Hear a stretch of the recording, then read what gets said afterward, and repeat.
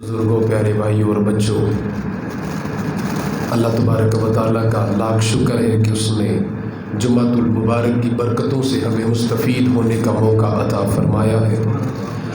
آج اس جمعۃ المبارک میں آمد ماہ ربیع النور کے حوالے سے چند گھڑیاں آپ کے سامنے گفتگو کروں گا۔ اللہ سے دعا ہے اللہ مجھے حق گوئی کی توفیق عطا فرمائے۔ جیسا کہ آپ سب جانتے ہیں کہ ماہ ربیع الاول کی آمد ہے۔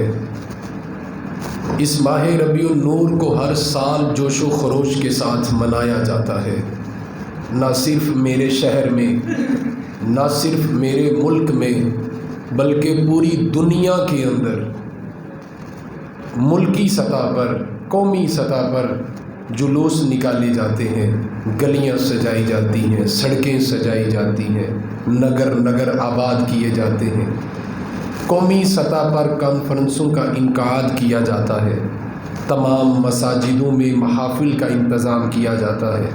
جیسے ہی ماہ ربیع النور کا چاند نظر آتا ہے، لوگ مٹھائیاں بانٹنی شروع کر دیتے ہیں۔ جس قدر اور احترام کے ساتھ، محبت کے ساتھ، ادب و آداب سے، عقیدت و احترام سے ہم اس ماہ ربیع النور کی آمد کا جشن مناتے ہیں، جس عقیدت و احترام سے ہم حضور کی ولادت کا جشن مناتے ہیں، پوری کائنات کے اندر اتنے ادب و آداب سے کسی اور کی ولادت کا جشن نہیں منایا جاتا۔ جس قدر ہم پیار سے، محبت سے حضور کی ولادت کا جشن مناتے ہیں، کیونکہ ہمارا یہ ایمان ہے کہ سب سے اولا و اعلیٰ ہمارے نبی سب سے اعلیٰ ہیں۔ ہم گلیاں سجاتے ہیں، شہر سجاتے ہیں، مساجدوں میں محافل کا انتظام کرتے ہیں، خوشی کے ترانے پڑھتے ہیں۔ اگر ہم اس خوشی کو 10 گنا مزید بڑھا کر مزید جشن کا انتظام کریں، حالانکہ کوئی امتی بھی کوئی کسر باقی رہنے نہیں دیتا اس جشن کو منانے میں، لیکن مزید اگر اس جشن کو منانے میں 10 گنا زیادہ بھی طاقت لگائی جائے، خلوص لگایا جائے، پھر بھی ہم آمد نبوی پر اللہ کا شکر ادا نہیں کر سکتے، ہم حضور کی آمد کا شکر ادا نہیں کر سکتے۔ جس کے دل میں ایمان کی حرارت موجود ہے وہ حضور کی آمد سے خوش ہوگا، جس کے دل میں رتی برابر بھی ایمان کی حرارت موجود ہے وہ حضور کی ولادت کا جشن منائے گا۔ کیوں؟ کیونکہ حضور آئے ہیں تو انسانوں کو زندگی ملی ہے، حضور آئے ہیں تو معاشرے کے اندر انسانیت کی ایک بہار آئی ہے، حضور آئے ہیں تو اخلاق حسنہ کی بہار آئی ہے۔ جتنی بھی ترقیاں آج کے دور کے انسان نے کی ہیں، سائنس نے جتنی بھی ترقیاں کی ہیں، ان سب کا افتتاح میرے اور آپ کے آقا نے خود آ کر فرمایا ہے۔ ابھی آنے والے دور میں دنیا دیکھے گی، آنے والے دور میں، آنے والا دور بڑا ترقی یافتہ دور ہے، اس میں بھی دنیا دیکھے گی کہ ورفعنا لک ذکرک کا مطلب کیا ہے۔ اقبال فرماتے ہیں چشم افلاک یہ نظارہ اب تک دیکھے، رفعت شان ورفعنا لک ذکرک دیکھے۔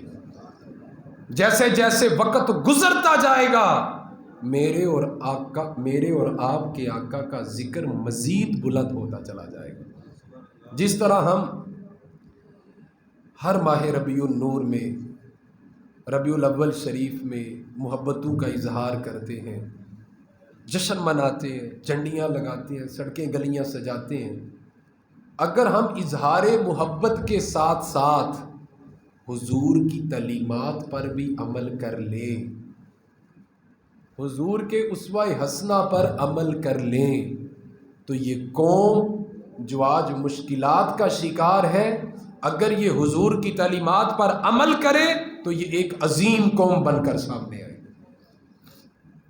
جہاں بھی یہ 2 چیزیں اکٹھی ہو جائیں، ایک محبت رسول، دوسری تعلیمات رسول، محبت رسول ادھوری ہے تعلیمات رسول کے بنا، اور تعلیمات رسول ادھورے ہیں محبت رسول کے بنا۔ کچھ لوگ محبت کا اظہار تو کرتے ہیں پر عمل کو زندگی میں نہیں لاتے، وہ بھی خالی۔ اور جو لوگ عمل کو زندگی میں لاتے ہیں پر محبت اس پائے کی نہیں کرتے جس طرح کرنی چاہیے، تو وہ عمل بھی خالی۔ جب تک یہ دو چیزیں اکٹھی نہیں ہوں گی، محبت بھی اور حضور کی تعلیمات بھی، تب تک یہ قوم کبھی بھی پائے تکمیل تک نہیں پہنچ سکتی۔ جس طرح ہم سڑکیں سجاتے ہیں، گلیاں سجاتے ہیں، بڑے انتظامات کرتے ہیں، اگر ہم اس ماہ ربیع النور میں اس کی آمد سے پہلے گلیوں کا ارادہ کریں، محلے کو سجانے کا ارادہ کریں، شان و شوکت کے ساتھ کریں، جذبہ و حرارت کے ساتھ کریں، لیکن اگر اس کے ساتھ ساتھ ہم اپنے دل کو بھی سجا لیں تو ہم کامیاب ہو جائیں گے، ہماری زندگی کے اندر عمل آ جائے گا۔ اور یہ کب ہوگا؟ جب ہم اپنے اندر مزاج مصطفیٰ کو اپنائیں گے، ہم مزاج نبوت کو اپنائیں گے کہ حضور صلی اللہ علیہ وآلہ وسلم کا مزاج مبارک کیسا ہے، آپ کیا پسند فرماتے ہیں۔ اگر ہم یہ دیکھ لیں، اس پہ غور کر لیں، تو پھر ہم کامیاب ہو جائیں گے۔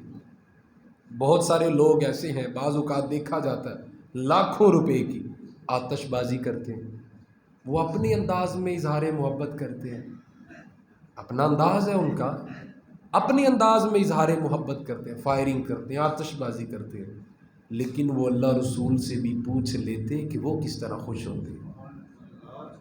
بعض لوگ ایسے ہیں جو روضہ رسول کا اور خانہ کعبہ کا، بیت اللہ شریف کا ماڈل بنا کر سامنے رکھ دیتے ہیں، لوگ اس کی زیارت کرتے ہیں، سامنے ڈھول بجائے جا رہے ہیں، جلوس نکالا جا رہا ہے۔ کچھ لوگ اس طرح بھی اظہار محبت کرتے ہیں، لیکن اگر وہ قرآن اور حدیث سے پوچھ لیتے کہ قرآن تو بتا کہ اللہ کس طرح خوش ہوتا ہے، حدیث میں دیکھ لیتے کہ پتہ چلے کہ اللہ کے رسول کس طرح خوش ہوتا ہے، تو پھر بات اور ہو جاتی۔ ہم سب جو یہ سب کچھ کرتے ہیں، یہ کس کو خوش کرنے کے لیے کرتے ہیں؟ خود کو خوش کرنے کے لیے یا اللہ رسول کو خوش کرنے کے لیے؟ جب آپ کی محبت خود ساختہ ہوگی، پابند شریعت نہیں ہوگی، جب آپ اللہ اور اس کے رسول سے محبت شریعت کی حدود میں رہ کر نہیں کریں گے، تو آپ کچھ بھی کریں آپ کا وہ عمل قبول نہیں ہوگا۔ لیکن جب آپ محبت کریں گے پابند شریعت رہ کے، تو ادھر آپ عمل کریں گے، ادھر اللہ بھی راضی ہو جائے گا، اللہ کے رسول بھی راضی ہو جائے گا۔ حضرت سیدنا صدیق اکبر رضی اللہ تعالی عنہ، آپ نے جو اپنے نبی سے محبت کی ہے وہ پابند شریعت محبت کی ہے۔ حضرت مولا حیدر کرار نے جو محبت کی ہے وہ پابند شریعت محبت کی ہے۔ صحابہ اکرام علیہم الرضوان نے جو محبت کی ہے وہ پابند شریعت محبت کی ہے۔ خود ساختہ اپنی انداز میں محبت نہیں کی، بلکہ جس طرح محبت کرنے کا حکم قرآن اور حدیث کی طرف سے آتا ہے انہوں نے اس طرح محبت کر کے بتایا، بلکہ ان کی محبت ہی حدیث بن جاتی ہے۔ میرے عزیزو، اس بات کو یاد رکھیں آپ، حضرت داتا علی حجویری، حضرت مجدد الفی ثانی، حضرت شاہ امام احمد رضا خاں بریلوی، حضرت معین الدین چشتی اجمیری، حضرت شہنشاہ بغداد اور بھی جتنے اکابرین ہیں، یہ سب اللہ کے رسول کے سچے عاشق ہیں۔ آپ ان کی زندگیاں اٹھا کر دیکھیں تو آپ کو نظر آئے گی ایک چیز کہ انہوں نے صرف محبت نہیں کی بلکہ ان کی محبت بھی کمال پر تھی اور ان کا عمل بھی کمال پر تھا، اور ان کے اس عمل کی وجہ سے اللہ نے کیفیت یہ بنا دی کہ ان کی محبت بھی کمال کی تھی، عمل بھی کمال کا تھا۔ پھر جب یہ کسی کو دیکھتے تھے محبت کی نگاہ سے تو اللہ اس کے دل کی میل کو دھو دیتا تھا، اگر وہ کافر بھی ہوتا تھا تو ان کی زیارت کر کے مسلمان ہو جاتا تھا، کیونکہ ان کی محبتیں پابند شریعت محبتیں تھیں. ان کی محبتیں صرف محبتیں نہیں تھیں بلکہ محبت کے ساتھ ساتھ حضور صلی اللہ علیہ وآلہ وسلم کی تعلیمات پر عمل بھی تھا. یہ کب چیزیں ٹھیک ہوں گی؟ جب ہم مزاج مصطفیٰ کو سمجھیں گے، مزاج نبوت کو سمجھیں گے کہ حضور صلی اللہ علیہ وآلہ وسلم کا مزاج کیا ہے، آپ کس چیز کو پسند فرماتے ہیں. اور اگر ہم اظہار محبت کے ساتھ ساتھ تعلیمات رسول پر عمل نہ کریں تو پھر بھی ہم منزل تک نہیں پہنچ سکتے. اس کے لیے ضروری ہے کہ اظہار محبت بھی کریں اور ساتھ میں تعلیمات رسول پر عمل بھی کریں. میں آپ کے سامنے صحابہ کا ایک انداز محبت بیان کر کے سناتا ہوں، آپ کو پتہ چلے کہ صحابہ کس پائے کمال کی محبت کرتے تھے اور حضور اس محبت میں کس طرح ان کی اصلاح بھی فرمایا کرتے تھے، مزید تعلیمات کی طرف کس طرح حضور ان کی رغبت دلاتے تھے.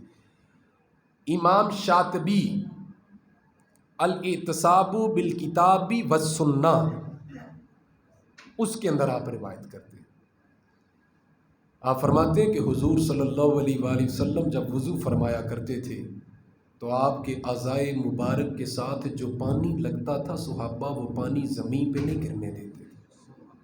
بخاری شریف میں بھی ہے کہ حضور صلی اللہ علیہ وآلہ وسلم کے بدن مبارک کے ساتھ اگر پانی کا ایک قطرہ بھی لگ جاتا تو صحابہ اس قطرے کو زمین پر نہیں گرنے دیتے.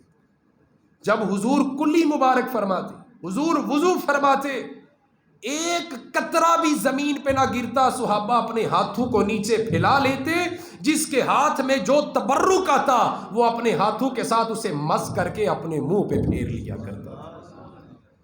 اگر کوئی صحابی لیٹ ہو جاتے، وہ دیر سے پہنچتے اور انہیں خبر ہوتی کہ حضور نے تو وضو فرما لیا، ان کے ہاتھ میں یہ تبرک نہیں لگا، یہ رحمت کے قطرے انہیں نہیں ملے، تو پھر وہ کیا کرتے تھے؟ وہ دائیں بائیں دیکھتے تھے، ایک دوسرے صحابی کا ہاتھ دیکھتے تھے، جس کے ہاتھ میں اس پانی کی تازگی موجود ہوتی، جس کے ہاتھ میں اس پانی کی تری موجود ہوتی، وہ اس ہاتھ کے ساتھ اپنا ہاتھ مس کرتے، پھر اس کے بعد اپنے منہ پہ پھیر لیتے. صحابہ کرام پائے کمال کی محبت فرماتے تھے حضور صلی اللہ علیہ وآلہ وسلم سے. جب صحابہ نے حضور سے یہ محبت کی ہے، حضور نے نہ صرف اسے منع کیا بلکہ حضور نے اسے پسند فرمایا، حضور نے اس محبت کو پسند فرمایا. اور میں یہ بات ساتھ ساتھ کہتا چلوں کہ وہ صحابہ کرام تھے. اگر ہمیں بھی حضور کا کوئی تبرک ملے تو ہم بھی عقیدتوں کا اظہار کریں گے، ہم بھی مسلمان ہیں، ہم بھی ایمان یافتہ ہیں. لیکن وہ صحابہ کرام تھے، حضور کے اسوہ حسنہ کے مطابق زندگی گزار رہے تھے. قطرہ ملا تبرک سمجھ کے اسے ساری زندگی کے لیے سنبھال لی. منہ مبارک ملا، ناخن تک، حضور کے ناخن مبارک جو ہوتے تھے صحابہ کی وصیتیں ہوتی تھی کہ جب ہم اس دنیا سے جائیں تو میرے بچوں ان ناخنوں کو ہماری آنکھوں پہ رکھ دینا، ہمارے لبوں پہ رکھ دینا، ہمارے سینے جو چیز ملی تبرک کے طور پر رکھ لی. اور میں یہ کہوں گا کہ جب حضور کا تبرک ملتا تھا نا، وہ جو اپنے چہروں پہ ملا کرتے تھے، وہ چہرہ بھی میرا اور آپ کا چہرہ نہیں تھا، وہ چہرہ بھی جناب صدیق اکبر کا چہرہ تھا، وہ چہرہ بھی حیدر کرار کا چہرہ تھا، وہ چہرہ بھی حضرت بلال حبشی کا چہرہ تھا. جب ان کو تبرکات ملتے حضور مسکراتے، حضور نے منع نہیں فرمایا. اللہ تبارک و تعالیٰ نے حضرت جبرائیل امین کو بھیج کے منع نہیں فرمایا. جب حضور کے صحابہ کمال کی محبت فرما رہے تھے تو حضور نے اس محبت کے ساتھ ساتھ ان کی توجہ شریعت مطہرہ کی طرف دلائی. آپ نے انہیں فرمایا، صحابہ اگر تم چاہتے ہو کہ اللہ اور اس کا رسول تم سے راضی ہو جائے تو یہ 3 کام کبھی مت چھوڑنا، یہ 3 کام ضرور کرنا یہ 3 کام. اب وہ کمال کی محبت فرما لے ہیں، کمال کی محبت کر رہے ہیں، لیکن اس کے ساتھ ساتھ حضور حکمت کے ساتھ ان کی اصلاح بھی فرما رہے ہیں، امت کو سبق دیا جا رہا. عرض کی یا رسول اللہ وہ 3 کام کون سے ہیں؟ ایک آپ نے فرمایا صحابہ کبھی بھی جھوٹ مت بول، سچ بولنا. دوسرا فرمایا کہ کسی کی امانت میں خیانت نہ کرنا. وہ جبار، وہ قہار، وہ رحمان، اگر اس کے پاس بھی امانت رکھوائی جائے نا تو اس نے بھی کبھی خیانت نہیں کی. امانت میں خیانت تو خدا نہیں کرتا. میرے صحابہ تم بھی کسی کی امانت میں خیانت نہ کرنا. اور تیسری بات آپ نے فرمائی کہ اپنے پڑوسی کا خیال رکھنا. یہ نہ ہو کہ تم پیٹ بھر کے کھانا کھا کے سو جاؤ اور تمہیں پتہ بھی نہ وہ بھوکا سویا پڑا ہو.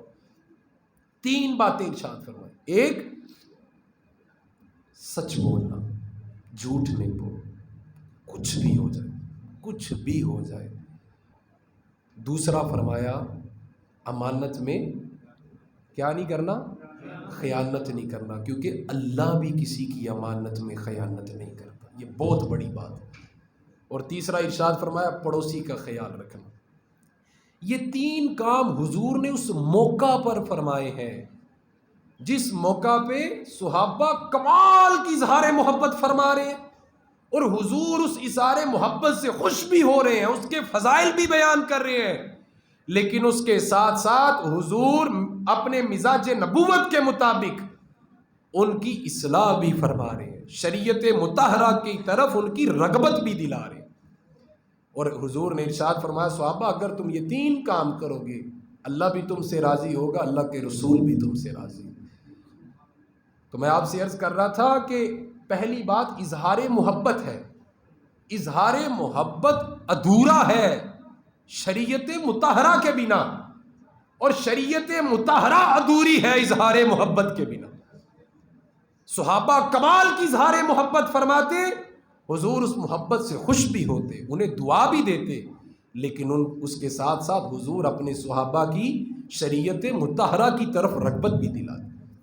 حضرت ابی بن کعب حضور صلی اللہ علیہ وآلہ وسلم کی بارگاہ کریم میں حاضر ہوئے. بہت ساری باتیں ہوئیں، ان میں سے ایک بات حضور نے پوچھی کہ آج کل آپ کس طرح ورد وظائف کر رہے ہیں. بے شمار لوگوں نے یہ حدیث سنی ہوگی. حضرت ابی بن کعب عرض کرتے ہیں یا رسول اللہ صلی اللہ علیہ وآلہ وسلم میں فرائض پورے کرتا ہوں، ورد وظائف بھی کرتا ہوں، اور آپ پر درود شریف بھی پڑھتا ہوں. صلی اللہ میں آپ پر درود بھی پڑھتا ہوں، ورد وظائف بھی کرتا ہوں. حضور نے ارشاد فرمایا کہ آپ کس طرح کرتے ہیں ورد وظائف اور درود شریف کو کتنا ٹائم دیتے ہیں؟ تو خود ہی بول پڑے، عرض کرنے لگے حضور میں اگر 3 حصے ورد وظائف کرتا ہوں نا تو 4تھائی حصہ آپ پہ درود پڑھتا ہوں، یعنی کہ 4تھا حصہ جا کے آخری حصہ کچھ وقت آپ پہ درود پڑھتا ہوں. حضور مسکرائے، آپ نے فرمایا آپ کے لیے بہتر ہے اگر آپ اس سے زیادہ درود پڑھیں. انہوں نے عرض کی یا رسول اللہ آئندہ سے میں آدھا وقت باقی ورد وظائف کر لوں گا اور آدھا وقت آپ پہ درود شریف پڑھ لوں گا. حضور پھر مسکرائے. حضور نے فرمایا اگر آپ اس سے زیادہ درود پڑھیں تو آپ کے لیے بہتر ہوگا. اب وہ عرض کرتے ہیں صحابہ کو بھی سمجھ ہے کہ حضور کیا فرما رہے ہیں، لیکن یہ امت کی اصلاح کے لیے کیا جا رہا ہے، آنے والے دور کی جو قوم ہے ان کی اصلاح کے لیے یہ کیا جا رہا ہے. اب عرض کرتے ہیں یا رسول اللہ میں ارادہ کرتا ہوں کہ 3 حصے درود پڑھوں گا، 1 حصہ میں باقی ورد وظائف کروں. حضور مزید مسکرائے. حضور نے فرمایا اگر آپ درود کو اس سے زیادہ کر لیں گے تو آپ کے لیے کیا ہوگا؟ بہتر ہوگا. اب حضرت ابی بن کعب جوش سے اٹھے اور عرض کی یا رسول اللہ اب میں کوئی ورد وظائف نہیں کروں گا، اب باقی فرائض کے بعد صرف آپ پر درود پڑھوں. حضور کھل اٹھے، مسکرا اٹھے. لجپال نے ارشاد فرمایا ابی بن کعب خدا کی قسم اگر آپ یہ عمل کریں گے تو دنیا اور آخرت کے غموں کی نجات کے لیے آپ کا یہ عمل کافی ہوگا. اب اس میں حضور نے کس کی طرف رغبت دلائی؟ حضور نے رغبت دلائی مزاج نبوت سے. پتہ چلا کہ حضور کو درود شریف بہت پسند ہے. اور رغبت کس طرف دلائی کہ اگر آپ اتنا درود پڑھیں گے، اتنا درود پڑھیں گے تو اس سے کیا ہوگا؟ کس کا بھلا ہوگا؟ کس کی بہتری ہوگی؟ آپ کی بہتری ہوگی، آپ کو فائدہ ہوگا. حضرت مولانا جلال الدین رومی جیسے بڑے بڑے لوگ، حضرت امام اعظم ابو حنیفہ جیسے بڑے لوگ، حضرت حسن بصری جیسے بڑے لوگ، انہوں نے یہ لکھا ہے، وہ فرماتے ہیں کہ لوگوں کبھی بھی اس غلط فہمی میں مبتلا نہ رہنا کہ میں درود پڑھتا ہوں تو مصطفیٰ کے درجات بلند ہوتے ہیں، بلکہ وہ فرماتے ہیں کہ تم ذکر مصطفیٰ کرتے ہو تو تمہارے ذکر مصطفیٰ کی وجہ سے تمہارے درجات بلند ہوتے ہیں۔ اللہ تم پر رحمتوں کا نزول فرماتا ہے۔ اللہ کے رسول کو ہمارے درود کی ضرورت نہیں ہے، وہ ہمارے درود کے محتاج نہیں ہے۔ ان اللہ و ملائکتہ یصلون علی النبی، اللہ اور اللہ کے سارے فرشتے، کسی حدیث میں کسی روایت میں فرشتوں کی تعداد مقرر نہیں، ان کا تعین کیا بھی نہیں جا سکتا، کسی محدث نے آج تک نہیں بتایا کہ فرشتوں کی تعداد کتنی ہے، نہ کوئی بتا سکے گا۔ اللہ کے سارے فرشتے ہمارے آقا پر درود بھیج رہے ہیں، اللہ کے تمام نبی ہمارے آقا پر درود بھیج رہے ہیں، اور آقا کریم نے ارشاد فرمایا میں ان پتھروں کو بھی جانتا ہوں جو مجھ پر درود پڑھتے ہیں۔ حضور نے ارشاد فرمایا انی لعارف حجرۃ بمکہ کان یسلم علی ان قبل ان ابعث انی لعارف الان۔ آپ فرماتے خدا کی قسم میں اس پتھر کو بھی جانتا ہوں، کعبے کے اس پتھر کو بھی جانتا ہوں، حجرۃ بمکہ تھا، اس پتھر کو بھی جانتا ہوں جو اعلان نبوت سے پہلے مجھ پر درود پڑھا کرتا تھا۔ حضور صلی اللہ علیہ وآلہ وسلم ہمارے درود کے محتاج نہیں ہے، بلکہ ہمیں اپنی مغفرت کے لیے حضور پر درود پڑھنے کی ضرورت ہے۔ دو چیزوں کو پیش نظر رکھا جائے، ایک تعظیم مصطفیٰ اور دوسری چاہت مصطفیٰ۔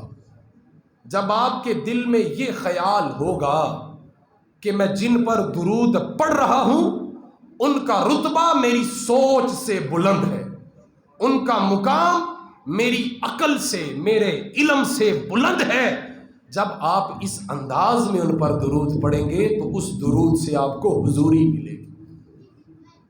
ایک کہ میں جن پر درود پڑھ رہا ہوں ان کی عظمت کیا ہے، اور ایک کہ جن پر میں درود پڑھ رہا ہوں ان کا مقام میرے رب کی بارگاہ میں کتنا ہے۔ جب ہم اس انداز میں درود پڑھیں گے تو پھر ہمارا درود قبولیت تک پہنچے گا۔ ہم بے دہانی سے درود پڑھتے ہیں اور اکثر اوقات بے دہانی سے درود پڑھ لیتے ہیں، جس کی وجہ سے ہم درود پاک کی برکات حاصل نہیں کر پاتے، اور اس کی وجہ کیا ہے؟ ہماری اپنی بے دہانی۔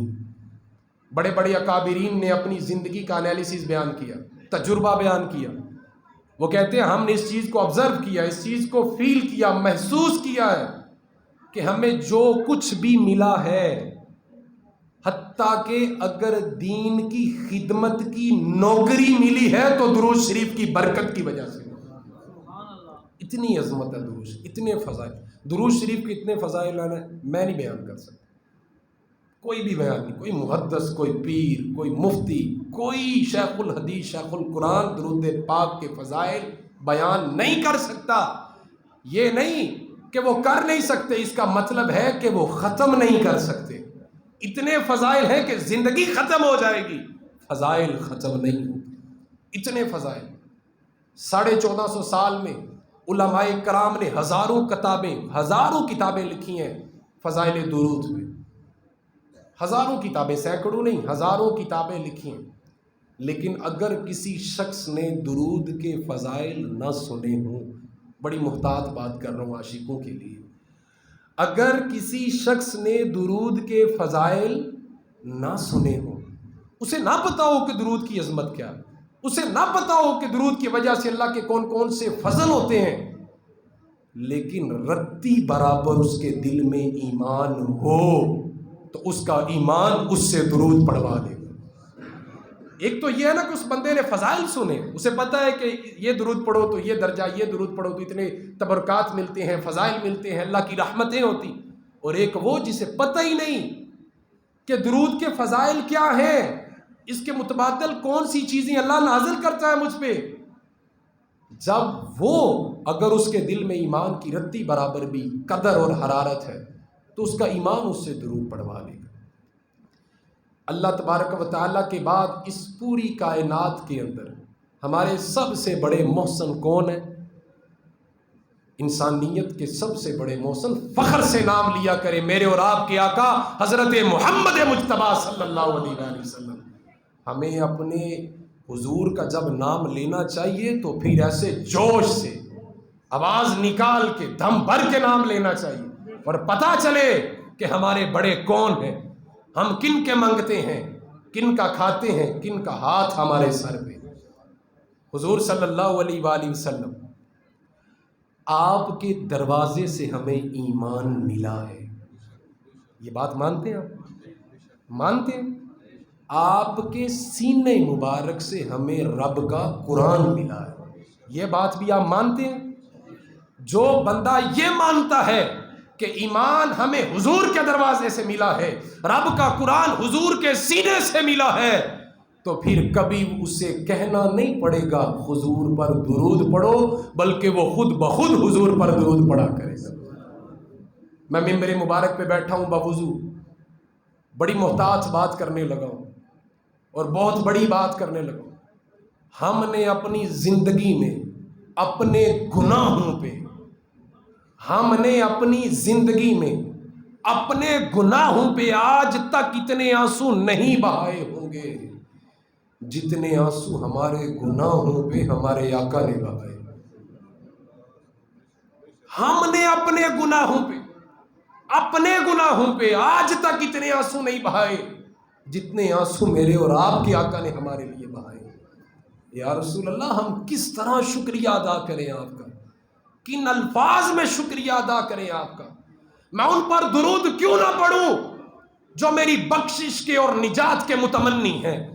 میں ان پر درود کیوں نہ پڑھوں جنہیں مجھ سے زیادہ میری فکر ہے؟ صحابہ نے عرض کی، یا رسول اللہ صلی اللہ علیہ وآلہ وسلم، اللہ نے آپ سے وعدہ فرمایا ہے کہ اللہ آپ کو اتنا عطا کرے گا کہ آپ اللہ سے راضی ہو جائیں گے۔ وَلَا سَوْفَ يُعْطِيكَ رَبُّكَ فَتَرْضَىٰ، حضور آپ حشر میں کب کہیں گے کہ یا اللہ میں تجھ سے راضی ہوں؟ اب حضور کا انداز محبت دیکھیے امت کے ساتھ۔ حضور نے ارشاد فرمایا، خدا کی قسم جب تک میرا آخری امتی بھی دوزخ میں ہوگا میں اپنی رضا نہیں دوں گا، میں اپنی رضا نہیں دوں گا۔ یا رسول اللہ، ہم کس انداز میں آپ کا شکریہ ادا کریں، کن الفاظ میں شکریہ ادا کریں کہ مجھ سے زیادہ میری فکر ہے میرے آقا کو صلی اللہ علیہ وآلہ وسلم۔ اگر آپ نے کسی کا عشق رسول ماپنا ہو، چیک کرنا ہو کہ اس کا عشق رسول کتنا ہے، تو آپ دیکھ لیں کہ یہ کس قدر اپنے آقا پر درود پڑھتا ہے۔ کسی کا عشق رسول ماپنے کے لیے ہم یہ دیکھ سکتے ہیں کہ اس کی حضور سے محبت کتنی ہے، وہ کس طرح پتہ چلے گا کہ وہ درود کس طرح۔ تو میرے عزیزو، درود ہماری بخشش ہے، ہماری نجات ہے، اور حضور صلی اللہ علیہ وآلہ وسلم کی پسندیدہ چیز ہے۔ آپ کو پسند، آپ نے پسند فرمایا، اور جو بھی اللہ کے رسول سے محبت کرتا ہے اور جس کے دل میں رتی برابر بھی ایمان ہے، اسے کہنا نہیں پڑتا کہ درود پڑھو، بلکہ حضور کا عشق اسے خود بخود درود پڑھوا لیتا ہے۔ درود جو بندہ جتنا پڑھے گا اس کے دل میں اتنا ہی عشق رسول ہوگا۔ اب کسی نے اپنے اندر عشق رسول کی قدر دیکھنی ہو تو وہ یہ دیکھ لے کہ میں کتنا درود پڑھتا ہوں۔ حضور صلی اللہ علیہ وآلہ وسلم کی آمد ہے، آپ کے ماہ ربیع النور کی آمد ہے۔ پوری دنیا کے اندر قومی سطح پر جشن منائے جاتے ہیں، کانفرنسوں کا انعقاد کیا جاتا ہے، جلوس نکالے جاتے ہیں، مسجدوں کو سجایا جاتا ہے، گلی محلے بازار نگر جشن کے لیے سجائے جاتے ہیں، کوئی بندہ کوئی کسر نہیں چھوڑتا۔ لیکن میں عرض کر رہا تھا، اس سے 10 گنا بڑھ کر بھی ہم اس جشن کو منائیں تو پھر بھی ہم اللہ کا شکر ادا نہیں کر سکتے۔ آمد نبوی پر اس آمد کا شکریہ ادا نہیں کر سکتے، اور آنے والے دور میں دنیا دیکھے گی کہ وَرَفَعْنَا لَكَ ذِكْرَكَ کا مطلب کیا ہے، کہ اللہ کے رسول صلی اللہ علیہ وآلہ وسلم آئے ہیں اور آپ نے آ کر یہ ساری ترقیوں کا افتتاح فرمایا۔ آپ آئے ہیں تو معاشرے کے اندر انسانیت آئی ہے، آپ آئے ہیں تو معاشرے کے اندر اخلاق حسنہ کی تکمیل آئی ہے، آپ آئے ہیں تو لوگوں کے اندر حیا آئی ہے، آپ آئے ہیں تو لوگوں کے اندر بہار آئی ہے، آپ آئے ہیں تو لوگوں کو خدا پرستی کی پہچان آئی ہے، آپ آئے ہیں تو لوگوں کو اپنے بڑوں کا ادب کرنے کی توفیق ملی۔ اقبال فرماتے ہیں، علامہ اقبال نے فرمایا، آپ فرماتے ہیں چشم افلاک یہ نظارہ ابد تک دیکھے، چشم افلاک یہ نظارہ ابد تک دیکھے، رفعت شان و رفعنا اللہ کا ذکر رکھ دیکھے۔ جیسے جیسے وقت گزرتا جائے گا میرے آقا کا ذکر مزید بڑھتا چلا جائے گا۔